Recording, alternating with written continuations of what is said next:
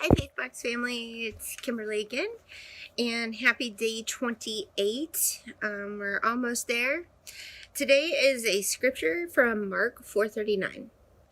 It says, "When Jesus woke up, he rebuked the wind and said to the waves, 'Silence, be still.' And suddenly the wind stopped, and there was a great calm." This scripture from Mark 4:39 comes at the end of a story in which Jesus and his disciples set sail across the Sea of Galilee and were caught in a terrifying windstorm. Their boat was pushed out into the middle of the lake and was in danger of sinking due to the massive waves. Yet in the midst of all of this, Jesus was asleep and at peace. Undeterred by what was happening around him, he just slept. This picture of Jesus asleep in the storm is a perfect illustration of what peacefulness can look like in your life. Just like Jesus, you can be unfazed by the waves of life and the storms that are happening in your life. When others are overcome and overwhelmed by panic and fear, you can be the one who speaks calm and stillness into being. This is the kind of peacefulness Jesus offers to you. The question is, will you abide in him so you can receive it?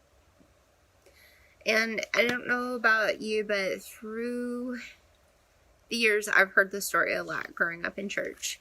And I guess I never put it together that this was Jesus put them all on this boat and put them out into to sail to go fish when they were taking it after they had just fed the multitude. So he was taking them away from a very chaotic situation where they were just giving, and he was giving them a time of rest and peace. And in the midst of all of this peace, that's when the storm comes up. And I guess in the past, I have thought of, I guess from the disciples' perspective of, well, yeah, why did he even let this happen to them? And like I would be irritated and possibly angry too. But then the older I'm getting, I'm thinking, and the more study I do in the scripture, it was just an example of Jesus's humanity and how he was here to show us the example. He was asleep and at peace and resting like he told them to show them that he had faith in God's love and protection. So it was just a way for him to be an example to them, to show them the next time this comes up, just know if you believe in God and you believe in me, that we will take care of you. All you have to do is ask. And they did. They asked and bam, done. So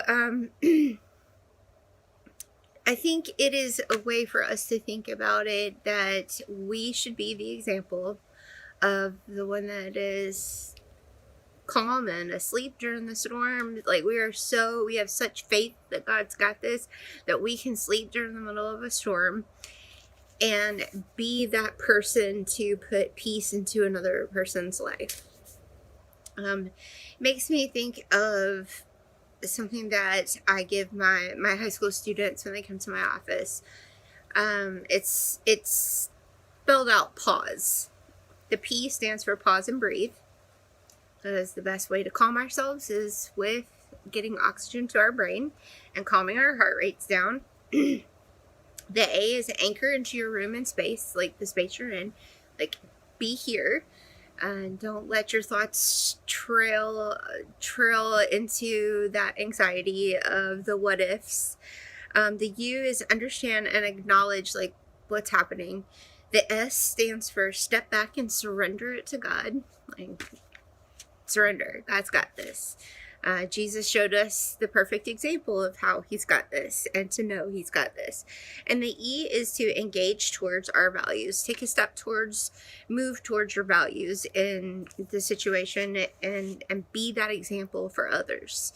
I don't believe that in God's kingdom that there are any coincidences. I think everything and everyone is purposely placed into each other's paths for a reason. And you may not know how much your calm in a moment of chaos, it could be the saving grace for someone else. And then it also connects you to that person, and later on can provide an opportunity for you to share your testimony or share faith with them. So, because a lot of times people want to know, how do you stay so calm during all of this? And you just gotta say, because I'm not in control. God's got this. And so I hope you all are able to find peace in some of the moments of chaos here at the end of the year. And I hope you can rest and sleep knowing that God's got you.